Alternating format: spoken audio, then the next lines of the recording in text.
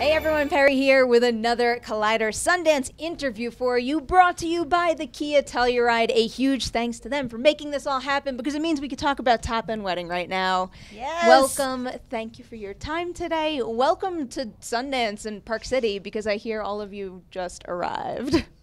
Yeah. Yes. I arrived yesterday and I've never been in this amount of snow before. I fell in the snow yesterday.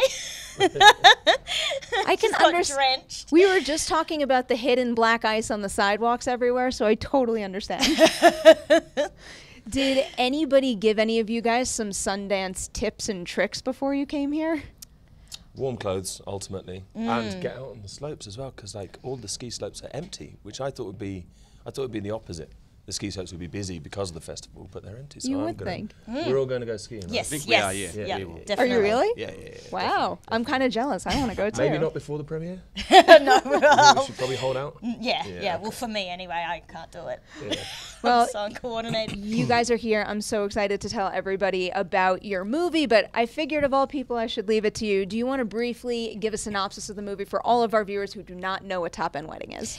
So Top End Wedding is essentially a really romantic, funny story set up in the Northern Territory. The bride and groom-to-be of the story end up in the Northern Territory because they have 10 days to get married. And when you're writing the script, co-writing the script, do you write this role with yourself in mind? Are you kind of tailoring it to yourself?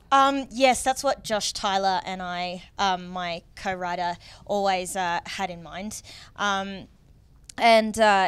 Because I think that the thing that struck him was that how much he loved the Northern Territory where I grew up, and we talked about all the romantic comedies that we watched, and we were real nerds about it. So that's how we came up with the idea together. It's a cool thing to be able to kind of spearhead an opportunity for yourself too, rather than wait around for things. You just have an idea and you make it happen. Yes, definitely. It's the kind of film I always wanted to see. It was the kind of film I always hoped young Aboriginal women in the Northern Territory and across Australia to see.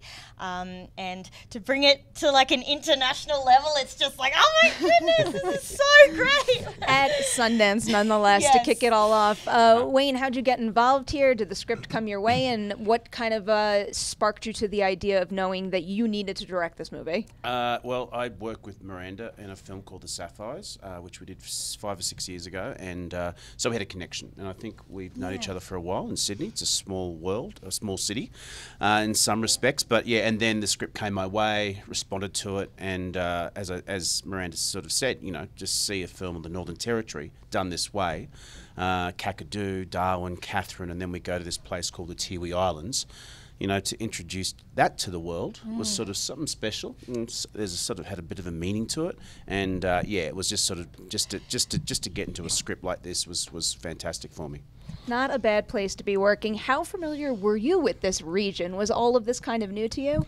Not at all. No, I mean, I'd been to Australia and I'd been to Western Australia and to Sydney. But I'd never been to the Northern Territory. I suppose my only understanding of it was from watching Crocodile Dundee or something like that, which is like not a really true understanding of the Northern Territory. But I remember reading the script and just being immediately I fell in love with it, really, because it's a beautiful romantic comedy, but also that idea of people connecting with their roots and their heritage is something that really sung to me. And so from that point on, I started Googling like these places like Catherine Gorge and Kakadu and the Tiwi Islands, and I'm like, get me in, I want to be in this film. Because if you have to see it, the landscape is like nothing I've ever seen before. I've actually seen a couple of films here this year that are about merging cultures and just introducing people to someone else with a different background. So was that an important thing to be able to highlight here? Absolutely, and they're really, while The Sapphires was a very funny, joyous film, I think what was really tough for me was that there was really not a lot for me to reference. So I had to kind of watch like all the romantic comedies that were made in the UK and the US, and then try and find some sort of understanding with that. I had to because I sort of had to say, okay, well, how do I shift the gaze? And I sort of had to really just trust that I was being honest and authentic, and I was telling it in the right way. I'm so curious. What movies were you looking at? Of course, there was My Big Fat Greek Wedding, Yes. and 4 Weddings and a Funeral, my best friend's wedding, all of them with wedding. I watched every single one that had that in their title. But also, I was watching, what was so great was that around the time Josh and I were writing the film, The Big Sick had just come out, and the incredible Jessica James. So, I was really grateful to see that people were really experimenting with the genre and talking about, okay, well, how do I see the world differently? Mm-hmm. Miranda is an expert in romantic comedies. It's just a reference book of romantic comedies. It's excellent. We do a show on Collider. It's a trivia show, and we should totally have a romantic comedy slice on the wheel or a wedding movie slice just for you, and then you should come and play. Quiz me. I wish I knew more questions off the top of my head. So you have a gigantic ensemble in this movie. You two are the anchors for it, but I was wondering if you could give a shout out to maybe your favorite smaller performance that isn't in the spotlight so much, because everybody kind of has a memorable role to play in their journey. They do. Oh gosh, that's so hard. I know. What about the truck driver? The truck driver. I had a little cameo. Wayne made a little cameo. So I'm just saying, it could be an answer, but you don't have to answer it if you don't want to. Well, yes, we have said. No, you don't. But anyway, we had some amazingly talented actors involved. Hugh ensemble. Higginson, who played your father, Yes. is fantastic. Kerry Fox, who was in it as well, she's awesome. Yeah, and force of nature. Oh, she absolutely is. And of course, the 3 actors that played the bridesmaids. Yes. Are just so not only are they my friends, but they are just the most funniest women that I know. You feel it watching it too when you guys all interact. You can see there's some genuine chemistry there. Yeah, well, that's what we're like in real life. So and Shari was in the Sapphires as well. So yeah, I'm so glad that we could have her back on it. I didn't have a huge amount to do with those With ladies, those girls, but yeah. when I did, it was like a battle to get a word in. I thought you were going to give your canine co-star a little shout out. Well, yeah, he was a little champ, wasn't he? Oh, he was. Yeah. well, there were two of them. There were two. Yeah. Oh my gosh. Yeah. What were their names? Don't ask me that. You've just teed me up for failure there. But I love them. I can't remember their names, but I Flea. love them. Flea. And something else. Well done. Fly. Fly. That was yes. Flea and Fly. I'll find any reason to bring up a pet in an interview. Yeah. Even if it's not in the movie, I will just ask, why didn't this person have a pet? Those dogs have a good life. They don't fly because the air on the aeroplanes is not good for their respiratory system. It's too dry. So we started out filming in Adelaide, which is at the very bottom of Australia, and finished off in Darwin. And we all flew up, and it's like a 5-6 hour flight. You go right across the country. These dogs drove for 5 days to get to Darwin. I mean, good for them. Hard workers right there. Yeah. So again, big ensemble here, and it feels like every single character goes through some sort of growing experience where they're dealing with personal hardships. And one of my favorite lines in the movie is when someone says, when you're hurting, where do you go looking? So I wanted to pose that question to the 3 of you. When you need a little help in life, who do you turn to and why? Well, I mean, I'm just going to rip off the film and say my mum or my family, That's always my kind of safe space to go to. Yeah. I'm really lucky that I was raised by a whole group of people. You know how they say it takes a village to raise a child? Well, a village literally raised me.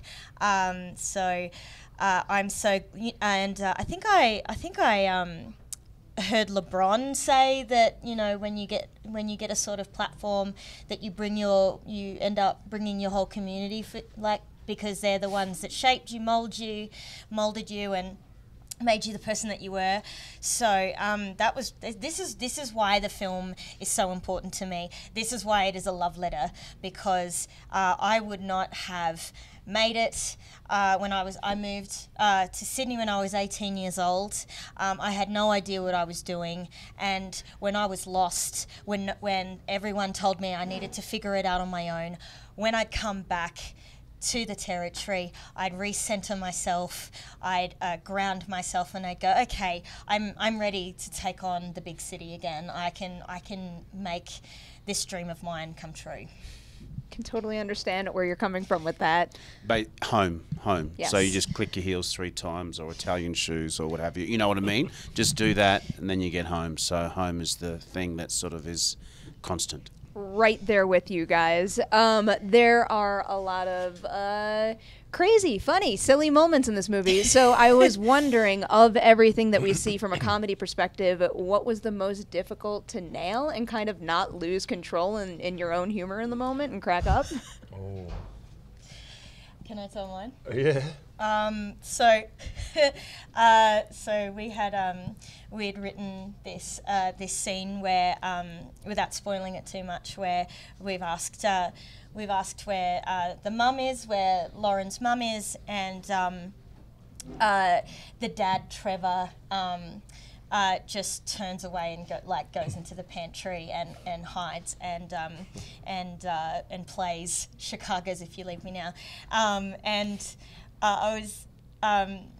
I've always found that scene really funny, but I think it was Gwilym's look at me, like with confusion, like when he was playing Ned, he just went, and I just really, it took everything for me to just not, nothing was said, it was just Gwilym's face. He plays it beautifully, though. Yeah, Because he really plays it for like for a tragic moment. He's a broken man, isn't he? Oh. But in that is there's so much humour in that. But also he can cry on cue. It's just ridiculous. But we've all been there in a breakup, you know what I mean? We sort of pull from that. Absolutely. I mean, Locking Gwilym, ourselves in the pantry. Listen to saxophone music. metaphorically, Yeah, no, perhaps. that's Yeah. Actually, that kind of segues perfectly to a game I want to play with you guys. So we play Would You Rather on Collider. They're all filmmaking questions, and I've also mixed in some Sundance questions right now. But piggybacking off of what you just said, a question for the two of you. Would you rather have to laugh or cry in a scene? That's a good question. I think I would definitely laugh. Yeah. Obviously, there is a cathartic thing to crying, but no, I just feel like I'm always tired after a scene where I've been crying all day. I'd say laugh as well. I mean, like, it can be a bit maniacal when you don't feel that something's funny. But fortunately, with this film, everything made us laugh so easily that it was a quite genuine, laughter when it happened. So it was easy. But when you have to force it, could send you a little bit crazy, I think. To make it sound natural. Wayne, would you rather screen test your movies or go with your gut? Screen test your movies or go with your gut? I mean, go with my gut? Yeah. Upward inflection. But yeah. In what sense? I have to When you test the movie in front of audiences and then get your feedback and then have to apply it to what you did? Look, it's a little bit of both, but I'm going to be hard on my... go with your gut to a certain degree. Okay. You can have a balance between the two. I know. There's a little bit of both. Would you rather walk around Sundance with wet boots or no gloves? I've got terrible circulation, so I'd have to take the gloves. Yeah. I'm right there with need you. the gloves, yeah. My hands turn Me white too. within seconds of me being outside. Yeah. We need to. I have had wet boots though. The snow got into just the gaps, and that was I was shivering because it just the cold just travelled up through my body. So I don't know, and my hands do get cold, but yeah, I'd never experienced cold like that. You're warm-hearted. When you go to the territory, it's like it's hot. Yeah, It's hot. absolutely. Yeah. This is sticky. extreme. For you guys in particular, I'm excited to ask this. Would you rather go to a film festival with a crowd pleaser or a more challenging film? Because after seeing this, I have an answer to that, but I need to pose it to you guys. that is for me, that's really difficult now that I've gone into screenwriting, because obviously as an Indigenous woman of Australia, you know, it can be really contentious to kind of speak upon the issues that affect a lot of Indigenous Australians. And so, which is why I wanted to make a crowd pleaser, because I wanted people to maybe take a step back and show them why this community is so special, why the wider mainstream community should care, why they should even up the playing field, and also, you know, see them as human. And so sometimes with hard-hitting films in Australia, sometimes it can just be too confronting for people. And that's one of the biggest things. A lot of people have gone, oh my goodness, we're so glad that Top End Weddings come out, because we just want something joyous. But I always believe that there should be space for both. Absolutely. It depends on the festival, but Sundance 2019, a crowd pleaser. The state of the world at the moment, like the politics in this country, the politics in our country, Gwilym's country, hello, you know, that triangle of love. So 2019, a crowd pleaser. You tapped into exactly what was going through my mind right now. I have to wrap this up, but a huge thank you for being here with us today. Another thank you to Kia Telluride for making this happen. Guys, like and share this video. Also, keep an eye out for Top End Wedding. More Sundance 2019 coverage coming your way real soon.